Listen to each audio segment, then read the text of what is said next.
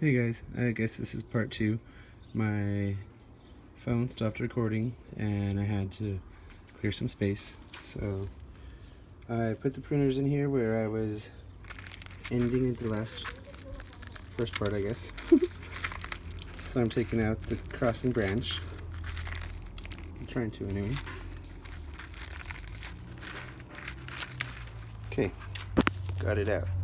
Didn't do too bad of a hack job, but I did get that branch a little bit. That will heal. Now, when I said I was leaving 6 inches, I should have been a little more specific. It's about 6-inch tips from the main scaffolding or framework of the tree.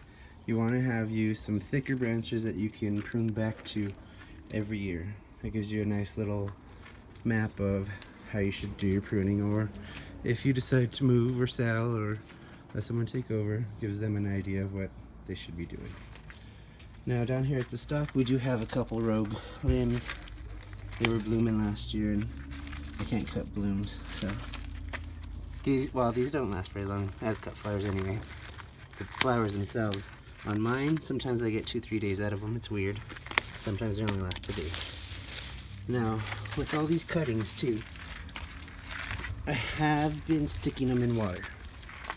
Well, the good ones, the one that had the bug damage I threw away. You see, I'm just cutting them and sticking them straight in there. We'll do another project with that, probably tomorrow. Now, let's take a step back. Oh, before we do, you can see that's a new branch just starting to form, or a couple leaves, but it will be a branch soon. With that, you don't even need to use the pruners. You can mess it up where it's just take your hand in a glove, or just your hand, and wipe it. It'll come off. So we ended up with about, I'd say, a foot round, roundish of a structure there. Now it does look a little weird, and it probably will for the first couple of years. Excuse me. You gotta remember, like I said, this was grown as a bush at first. I like to take advantage of all the blooms, and I'm not always so decisive, so I do take my time. And sometimes you gotta change things. But on this one here, you can see the bottom down here is a bit of a tangled mess, which isn't very good for the plant. Let's see if I can get in here without damaging anything. We're going to start back here with this one. Take that out. And you can see this here, this branch, coming up straight in the center. That's going to disrupt the whole thing. When you have a multi-stemmed branch, or a multi-trunk branch, or tree, multi-trunk tree, sorry, you want usually about 3 to 5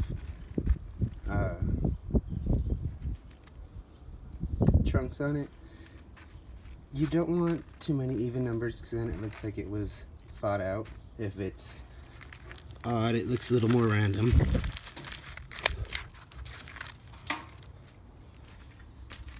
Now, funny thing about this tree, or bush, it's going to be a tree soon. Taking out this one back here too. Let me get out of the flower bed. I think this is completely white. It's never bloomed for me. It's actually like 4 years old and almost died on me like 3 times. Been stepped on, it's been run over with the mower, it's